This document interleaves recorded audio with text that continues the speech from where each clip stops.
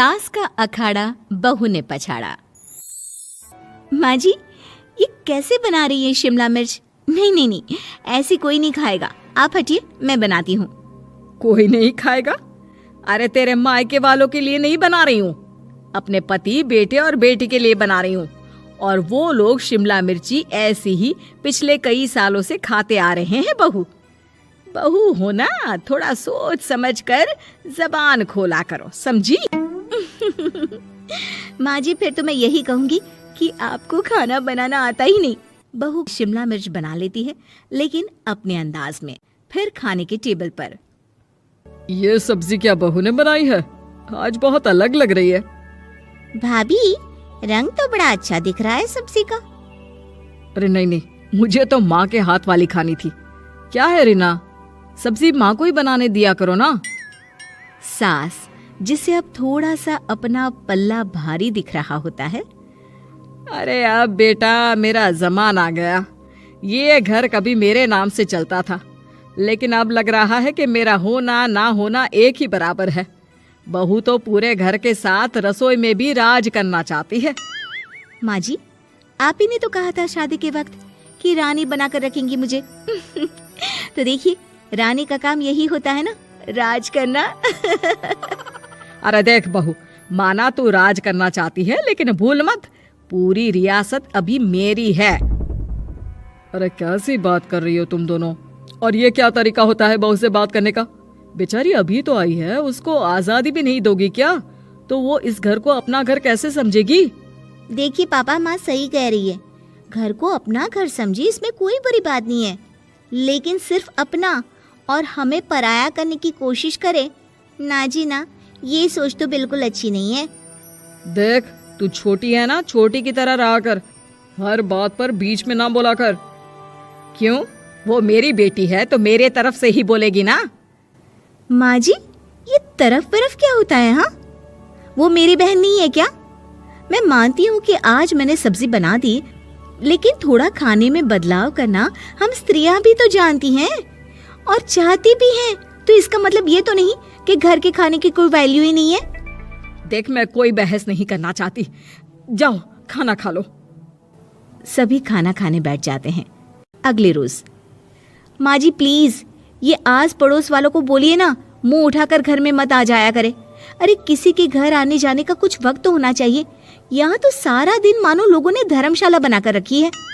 बहू, वो हम लोगों के परिवार जैसे हैं, पिछले 25 साल से हमारे साथ है। और ये मेरा घर है, यहाँ कौन आएगा कौन नहीं, ये तू कैसे डिसाइड करेगी?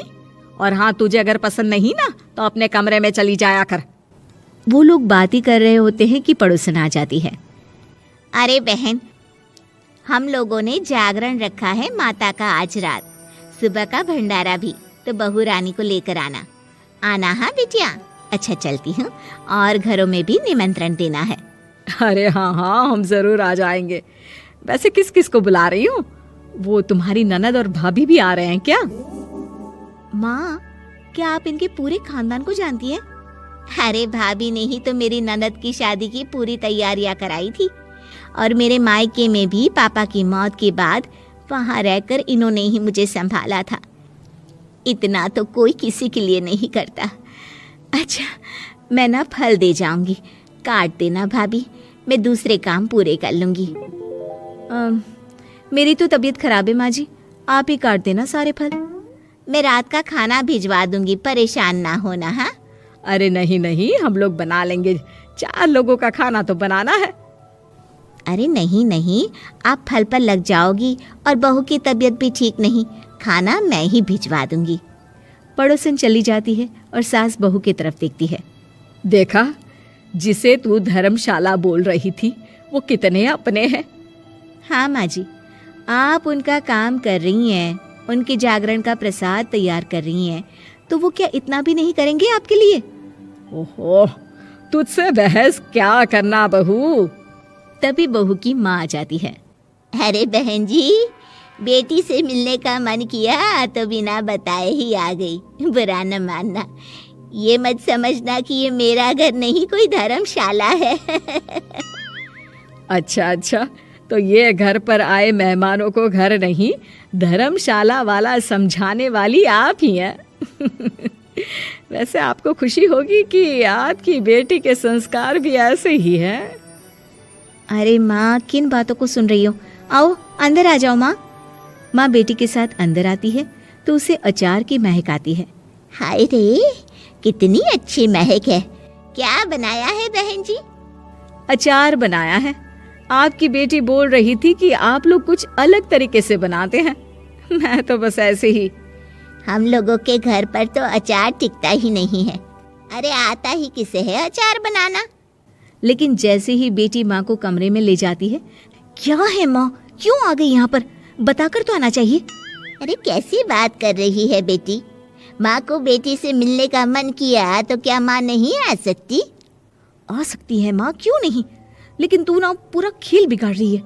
खेल? कैसा खेल बेटी? मुझे भी तो बता देती तो मैं भी खेल लेती। माँ, जब से शादी करके इस घर में आई हूँ ना, सासू माँ ने मेरा घर का रट लगा कर रखा है। अब मैं ये बताना चाहती हूँ कि यहाँ मैं आ गई हूँ। कोई भी चीज़ जो पहले होती थी वो ठीक नहीं थी, तो मैं उसे परफेक्ट करूँगी। अच्छा, यानी बात सिंहासन की है कि पहली रानी को उतारना है। हाँ माँ, तुम्हें जो समझना है समझो, लेकिन बात तो यही है। पर बेटा वो बेटी कुछ नहीं समझती और दरवाज़ा खोलकर बाहर चली जाती है।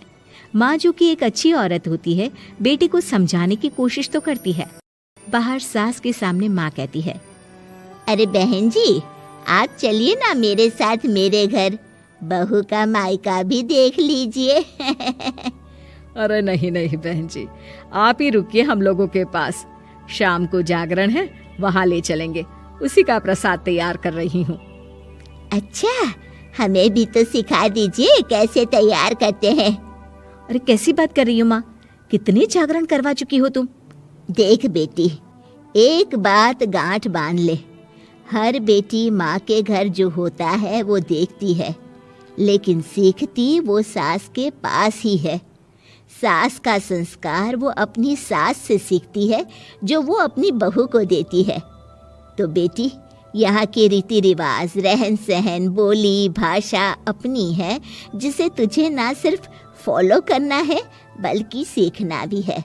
और जहाँ तक सवाल है पूरे घर की रानी बनने का, तो जब तक तेरी सास महारानी है, तू रानी ही तो रहेगी। क्यों बेटा? बहू माँ की बात समझ जाती है और सास भी बहू की माँ का मन ही मन शुक्रिया अदा करती है।